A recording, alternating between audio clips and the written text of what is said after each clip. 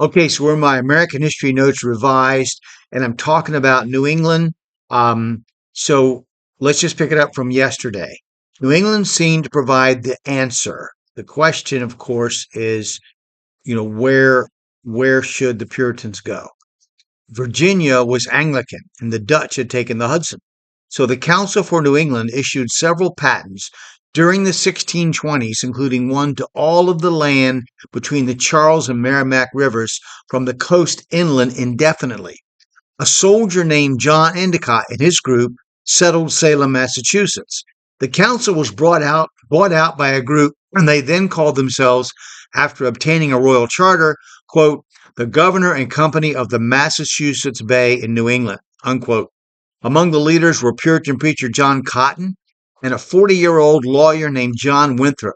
These men and several others met at Cambridge University in 1629 and agreed to immigrate to New England within the next 7 months. They wanted to avoid having their charter taken over by the Crown, as Virginia's had been.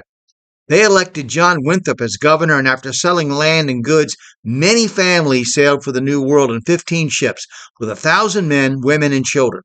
With Bishop Laud's pressure on the Puritans in England by 1634, 10,000 had emigrated to New England. It's important to note that they wanted to establish a community rather than a colony where their ideals could be put in place.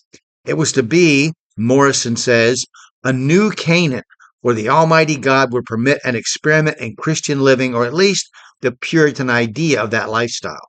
They believed it would be possible to live a New Testament lifestyle and also to make a living. They organized in neighborhood groups led by their pastors around Boston, living on the fur trade for some time, as well as fishing industries, particularly dried codfish, which became so important that a symbol, quote, the sacred cod, was hung up in the assembly chamber at Boston.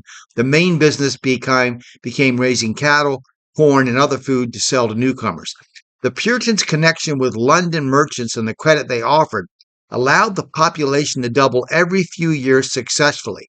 Much of this ended in 1637 when Puritan migration stopped due to the English Civil War. This caused the first economic depression, called by settlers, quote, the fall of the cow, unquote, believe it or not, and a need to look elsewhere for markets and a means to make a living. So began shipbuilding in the West Indies trade, where farmers who grew tobacco and sugar with slave labor hungered for New England's dried fish, salt beef, pork, ground vegetables, horses, and the ships to carry them. Around 1670, they began distilling West India molasses into rum, and then this replaced the local hard cider and homebrewed beer as the drink of choice. Yes, the quote, righteous Puritans didn't have anything against alcohol consumption, only drunkenness. This trade with the West Indies was the main reason for New England prosperity until the American Revolution. So we'll stop there about this colony's independence from England and freedom, what that means for later. So if you watch this video, please click like and subscribe or follow and share the video.